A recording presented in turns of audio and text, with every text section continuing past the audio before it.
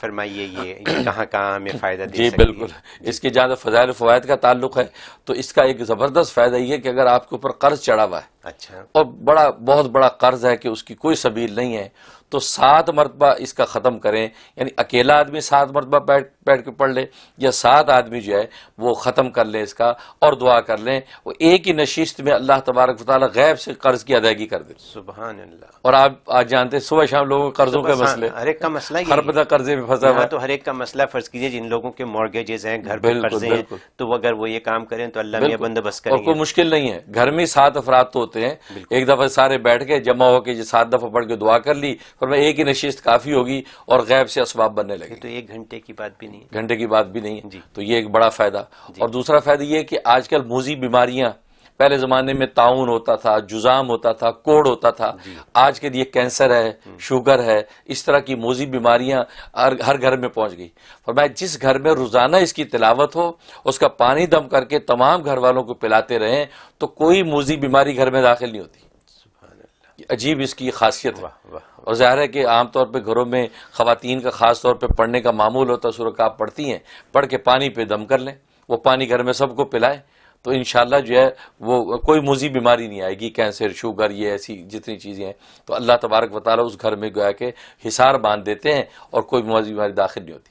اور ظاہر ہے میں نے جیسے بتایا 70,000 نورانی فرشتے جس کو لے کے آئے ہوں، اس صورت کے اندر کتنی طاقت اور تاب ہوگی. تو جب آیت پڑھتے ہیں تو تمام نور تو موجود ہی ہے. نور موجود ہے. جی.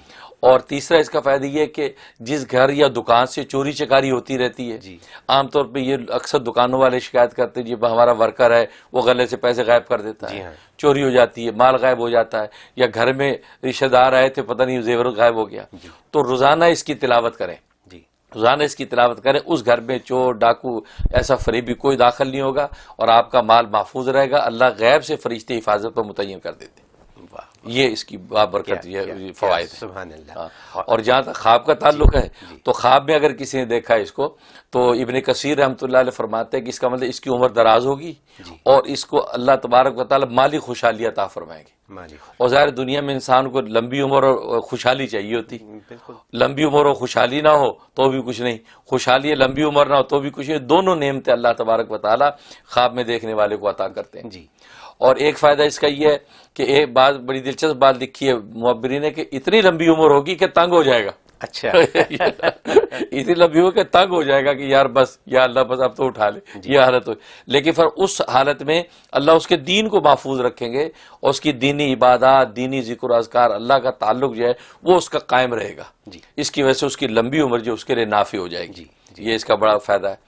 اور تیسرا اس کا فائدہ یہ ہے کہ کوئی دشمن ہے، شر ہے اور بیماریاں ہیں، اس طرح کی جتنی آفات ہیں اللہ تبارک و تعالی ان آفتوں سے اگر آئی ہوئی ہیں تو اس سے نجات ہو جائے گی، اگر نہیں آئی ہوئی تو اس سے اس کی حفاظت ہو جائے گی. تو یعنی یہ صورت ایسی ہے کہ اس کو پڑھنے سے ایک ایسا حصار آپ کے ارد گرد ہو جاتا ہے کہ جو آپ کی بھی حفاظت کرتا ہے، آپ کے گھر کی بھی حفاظت کرتا ہے، آپ کی مالی مشکلات کو بھی دور کرتا ہے، آپ کی چوری چوکاری بیماری یہ ساری چیزیں دور کرتا ہے. یعنی یہ ایک ٹوٹل سیکیورٹی ایک قسم کی ہے کہ یہ بہت. تو یہ اس کے فضائل فوائد اور خوابوں کی تعبیر ہے.